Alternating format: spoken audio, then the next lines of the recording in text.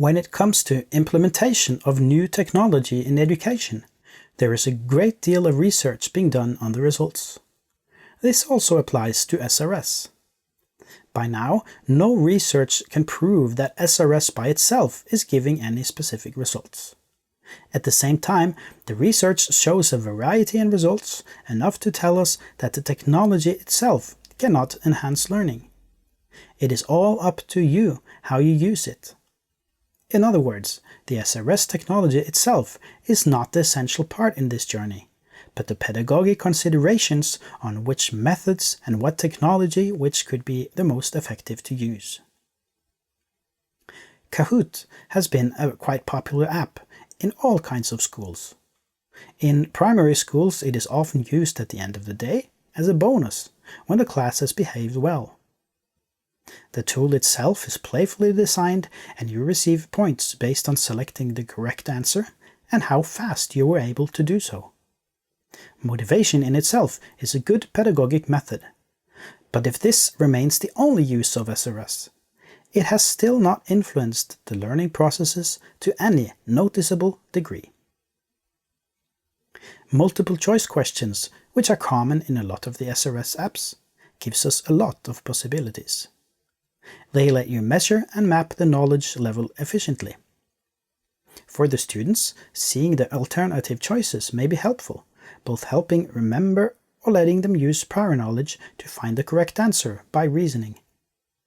It may also reveal reasoning which misleads them, and thereby also the need of adjustment or unlearning.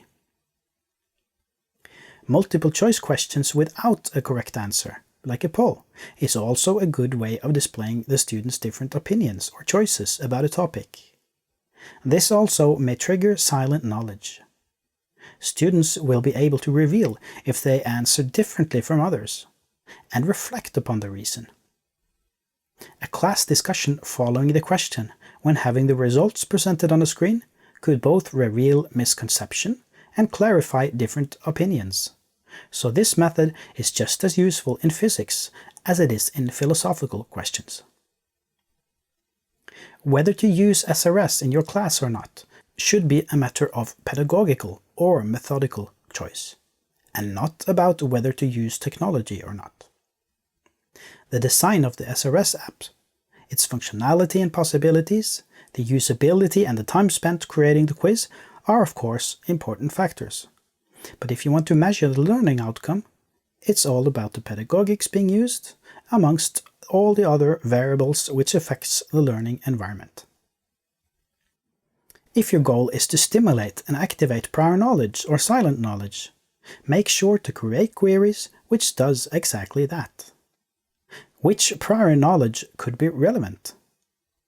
What misconceptions are common in the topic and needs to be revealed and unlearned? A multiple choice quiz containing a typical misconception may be a nice way to initiate a conversation about why this particular misconception is so common. I started this video mentioning some research which is done on use of SRS. I'm still not going to dig in deep, but I will show some results from different researches which may be of interest.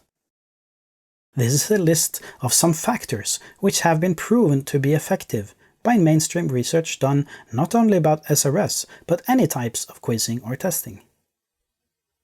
Well-prepared and relevant questions. The teacher and students are well acquainted with the apps being used. Limited time for answering. 30 seconds answering time per question could seem like an eternity when the answer is given after only 4 seconds.